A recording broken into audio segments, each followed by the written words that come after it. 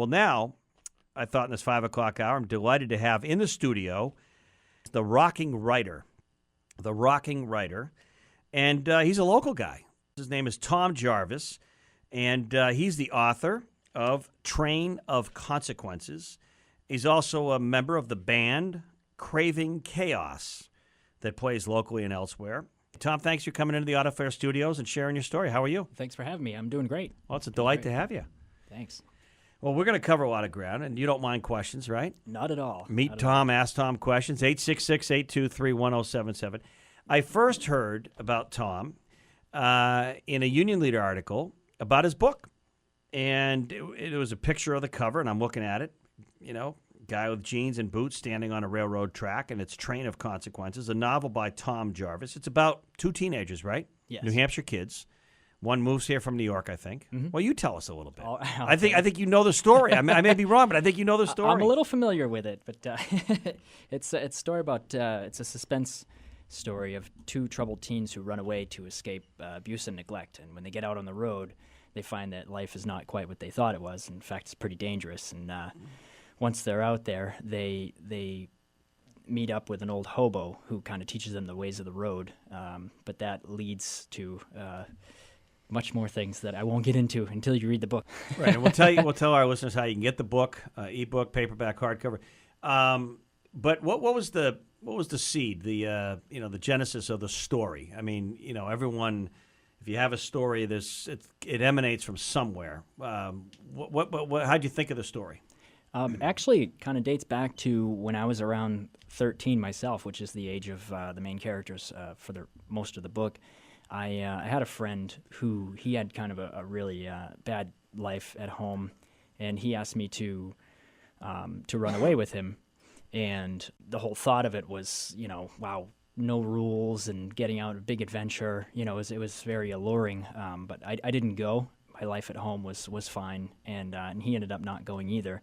But that always kind of stuck in my mind all the years since that. What would have happened if I would have gone? What kind of trouble would we have gotten into?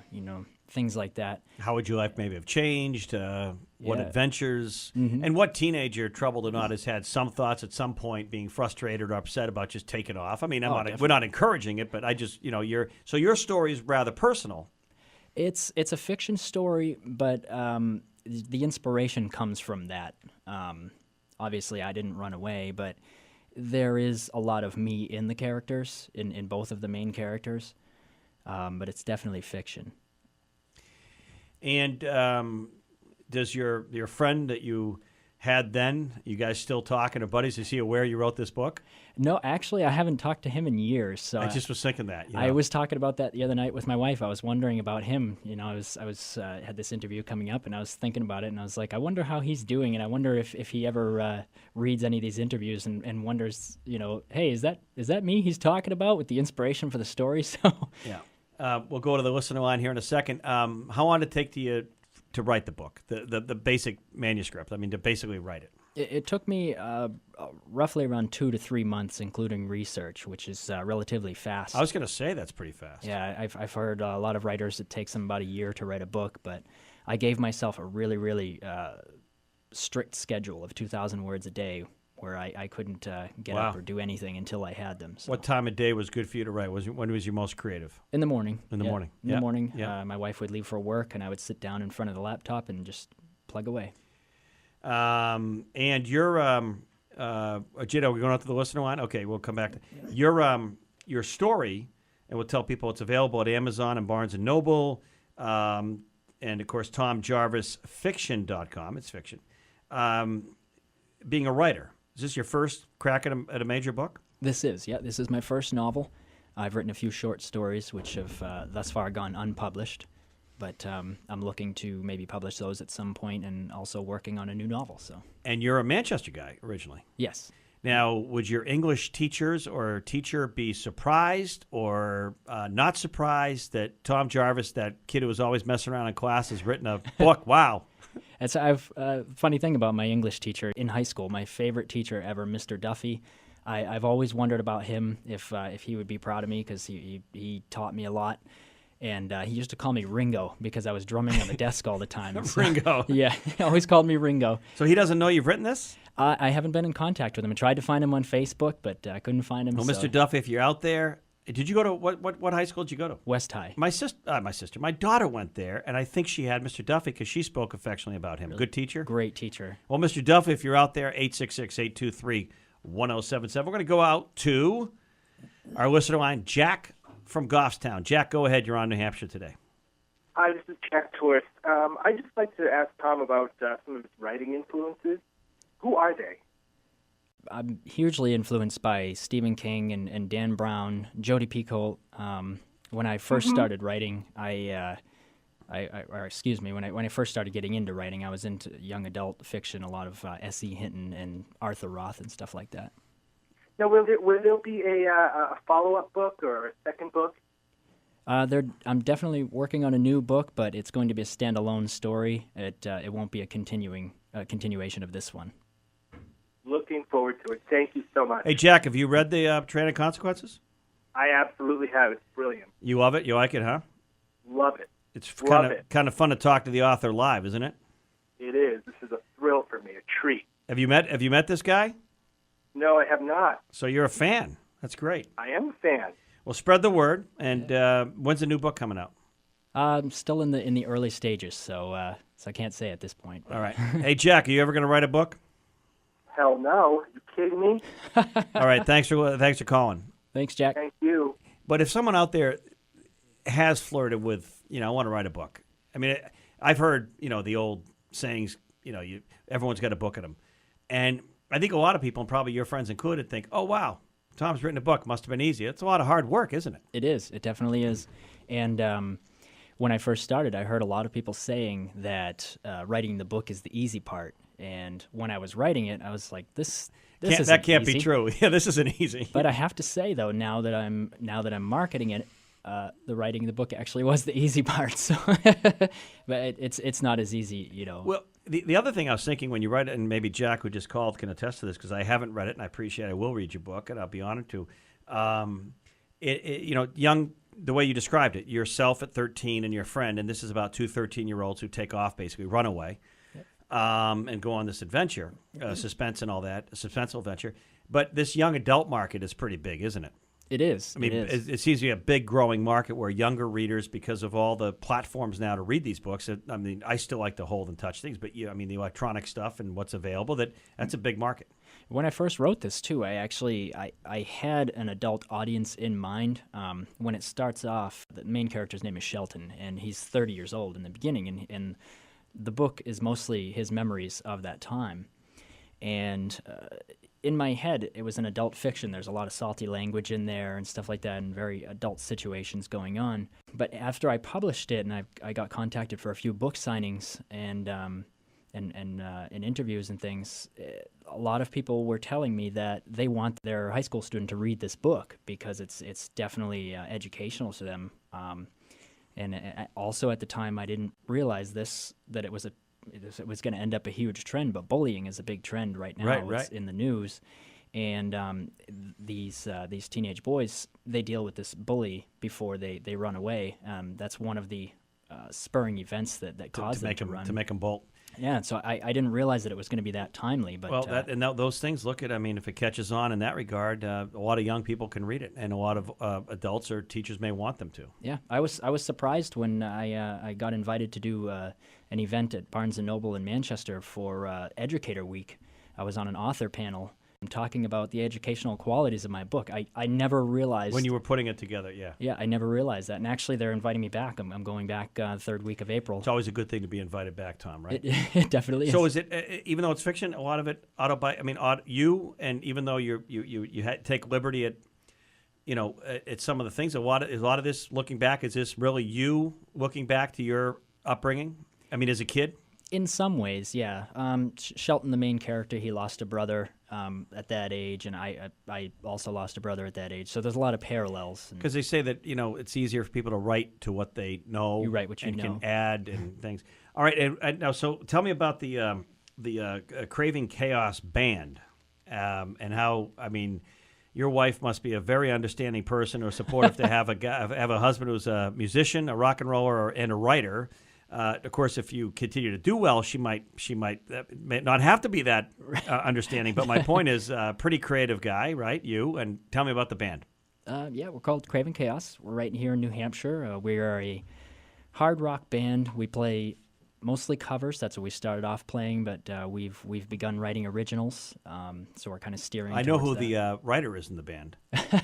We all contribute to the writing. Everybody pretty much writes their own parts for their instruments. I write the lyrics and the vocal melodies, and usually starts with the guitarist or the bass player coming up with a riff, and we all add our 2 cents in. But and actually, speaking of originals, we recently wrote a song called Mirror Mirror, and we went into the studio to record that, and we're going to be making a music video with it. So cool. Wish you the best. You're listening on New Hampshire Today to Tom Jarvis. You can check out Tom Jarvis. That's Jarvis. TomJarvisFiction.com. Train of Consequences is the book. The band Craving Chaos.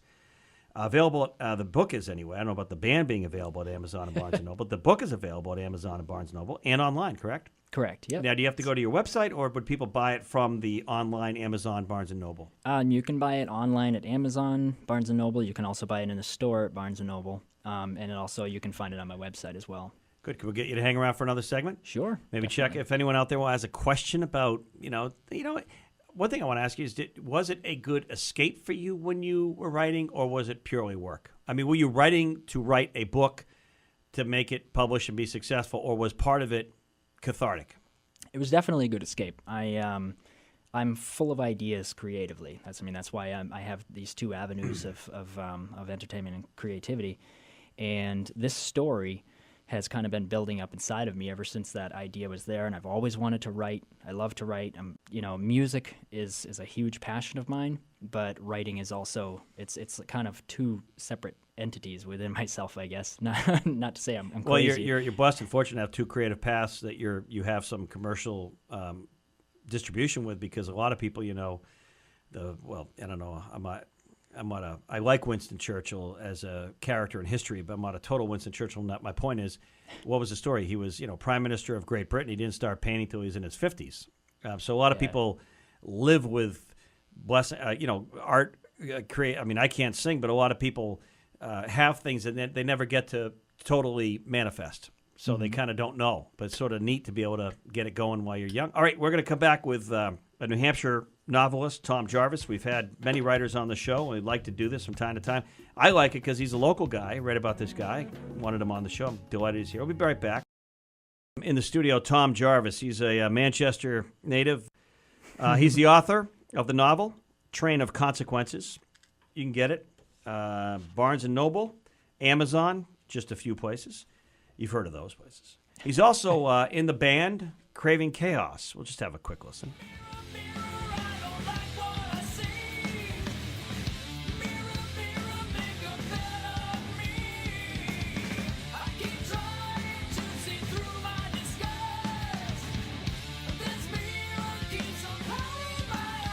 It's actually you, huh, singing? Yes, yeah, I'm on vocals.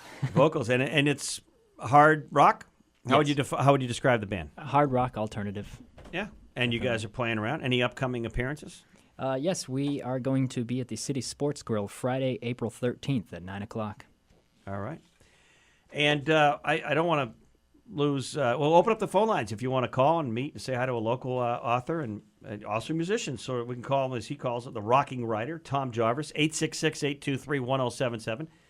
Don't want to let you out of here without talking about how the book's being received, some awards, and some reviews. Yeah, it's definitely been doing very well. I got 3 awards for it, the Editor's Choice, Reader's Choice, and the Rising Star Awards, which I'm very proud of. And along the way, I also picked up a review from Kirkus Reviews, which is the premier review company, and they gave me a rave review on it, so I'm very proud of that. And that helps the web sales and everything, right? Definitely. Because it kind of fuels the flames. Definitely. If Kirkus says that it's good, then it's good. So. By the way, Tom, your English teacher from Manchester West High School with these awards, I can't believe he doesn't know that you've written this book. I mean, that's a shame. I would love to talk to him. You were the kid in the class he was always yelling at to pay attention. It's true. And now you got a best-selling book. someone must have influenced you pretty well to have the creativity and the determination to write this. He had a lot to do with it, Mr. Duffy. There's usually a couple people that are influencers along the way. Don't you agree with that? Oh, definitely. Yeah. Someone in your life, you never know when you're giving inspiration or encouragement. You never know what it's going to do to a younger person. Yeah. It also has a lot to do with, being an angry teenager and sitting in my room reading constantly and listening to music. I mean, that's pretty much what I had, was music and reading. So that's what I'm doing now. So. And reading is so good, and you hope that with the new electronic handheld stuff, the platforms are there, so hopefully kids still read. I don't know if a lot of kids can write a letter today with their hand. Imagine writing grandma with a letter. I don't know if they can. But anyway, yeah. Bob, how are you, Bob? You're on New Hampshire Today with Tom Jarvis. Hey, Jack. How you doing? Hey, Tom. Good, sir. Hi, how are you? Boy, a lot of energy in that rock and roll. Thanks a lot. Hey, I got a question for you. Okay, I've done a lot of research. I'm going to be writing a book on my grandfather, but about your work ethic, or how did you write a page a day, or what kind of routine did you have to do things? Because did you still have to make a living while you were writing the book? Great question. Yeah, thank you. I actually was in a great financial position where I could dedicate my whole days and weeks to it. And the schedule that I gave myself was 2,000 words a day, and sometimes more, but rarely less, and if there was a fire in the house or something like that. But it was a very strict schedule of 2,000 words a day. I would get up in the morning, eat breakfast, sit down in front of the computer, and just plug away. Of course, you have to do research here and there in between, kind of pace around the room a little bit. But how long would your spurts go, to Bob's question? Would you some days start it right after breakfast, and next thing you know it's afternoon, and you just been writing all day? Oh, yeah, definitely. Sometimes I'd be writing because, sometimes you get stuck a little bit. You walk around, but sometimes I'd be writing till 7, 8 at night. So starting about 7, 8 in the morning. So other times I'd finish by early afternoon. But, wow. And another, not sure, what type of writing that you're doing. You said you're writing about your grandfather? Right. All right. But yeah. It's going to be a nonfiction. But I've got tons of research done. But now it's kicking myself in the butt to start doing that and doing it on a regular basis. Page a day maybe, or something like that might be more logical, seeing I have to work full time. Yeah, I've heard some people say they do 6 pages a day. You just got to kind of set goals for yourself and keep to them. A page a day is just great if that's all you can manage, as long as you keep moving forward. And Tom, don't you think how much rewriting did you do, Tom? Like after you read a page, how much did you change that page, or did you just keep going and after then reread it as a few pages at a time? My kind of theory was to just keep going. Unless it was something really blaring, like, I'm like, that can be said better, I would pretty much just keep going, keep moving forward until I finished the book, and then I went back and made any changes that needed to be made. Did the editor that published your book proof the book and make changes? Yes, they did. I was actually very afraid in that part of the publishing process that they were going to tear it all up and send it back to me and try to change in things. Shreds. I was afraid that they would try to change things, but the editors were really great. They just made suggestions. If there were certain sections that kind of needed to be rewritten, they didn't rewrite them. They suggested to me, that this is a little unclear, and I would rewrite it and send it back. So that was a great experience, the editing process. Well, congratulations on those awards. Thank you. That's pretty cool, huh? Yeah, thanks a lot. I appreciate that. Okay, take care. Hey, Bob, good luck with you. Okay, take care. Good luck with your book, Bob. Thank you, Bob. Hey, I want to tell you how you can get the book online. About $10, right? Yeah, the ebook is $10. All right, so online, Amazon, Barnes & Noble, if you're a Kindle, Nook person, or the other platforms. Train of Consequences, Tom Jarvis. It's also available on softcover, $14.95, and hardcover, $24.95. There you have it. And, you're supporting a local guy, and a writer. We want him to write 5 to 10 books and come on the show, right? We want you to, Stephen King at some point has to slow down. Yeah, definitely. Once he moves out of the way, maybe. No. And, of course, New Hampshire, you mentioned Jody Colt. Yes. In Hanover. We're on the Upper Valley as well. My sister knows her. She's done so well. Dan Brown, of course, off the charts. He's his own brand. He's his own country. My wife actually went. I was unable to go, but Dan Brown was in New Hampshire last year at some point at a bookstore, and she went to meet him and actually handed him my book, and there's a picture on my Facebook page of him holding Train of Consequences, which is pretty cool. I'm hoping that maybe he read it, so we'll see. Yeah, there you go. Well, hey, listen, we wish you the very best of luck. I think we might slip in one more listener call here, and Craving Chaos is the band, by the way, if you're interested. Tim from over in Dover. What's going on, Tim? Hey, how are you? Good. Hi, Tim. Good. I actually just talked with somebody who was a teacher at West, and he said that Mr. Duffy is actually working at the courthouse in Manchester. So I don't know if that's a good connection for Mr. Jarvis there to that I get a hold of him. There we go. Yeah, thank you for that. Just don't go meet him in handcuffs. Right. Then he won't be proud anymore. Exactly. So, obviously that might be a good avenue to try to seek him out. That's nice of you to point that out for Tom. Any questions for Tom? Appreciate that. What do you have for people out there, young or old, that are struggling whether they think they should write a book or not? Definitely keep the goal in mind. Getting through the book, as long as you just sit down with it, just give yourself a schedule. Like I was telling one of the other listeners, just stay with that schedule and keep with it. It's hard to get past that first couple of chapters, but once you do, you're golden, and you just keep sailing through, and just keep at it. Especially with the publishing process, you get rejection after rejection, and just keep going. Great advice. Yeah. Great advice. Because people always think there's a reason why people get there and some don't. A lot of it is just perseverance. Definitely. With a lot of people that have made it very successful, they stayed with it. They worked hard. Yeah. Or worked a little bit harder. Mm-hmm. Yeah. For sure. All right. Well, thanks a lot, and good luck to you. Yeah, thank you, Tim. Thanks, Tim. All right. Take care. All right. Hey, listen, we're going to wish you the best of luck and Train of Consequences. Tom Jarvis, hope to have you on again soon. We'll invite you back, okay? Definitely. Thanks for having me.